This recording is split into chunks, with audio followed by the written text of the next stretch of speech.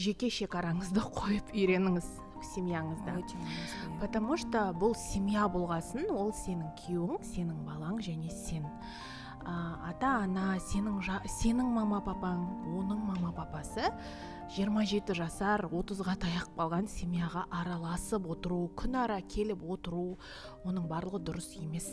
Және если оны жасап отырса, значит сен оған, сіз оған келісіп отырсыз деген сөз. Күн ара келіп отырса, сенің балаң осындай, сенің күйеуің осындай, тамағың дұрыс емес деп айтатындай, каждый сенің шагыңды тексеріп отырған ене болсамын да, бұл жақта сен 5 жыл бұрын тұрмысқа шыққан кезде өз жеке шекараңды қойып алуың керек еді. Бірақ уже кеш болса енді, сонда да қазір әлі де кеш емес, сөйлесіп, қырылып, ұрсып емес, кәдімгідей сөйлесіп, мен сіздің үйдің келініңізбін деп жаңағыда ашық күйеуіңмен бірге енеңді отырғызып ашық әңгіме айт деп айтар едім. Енді айтып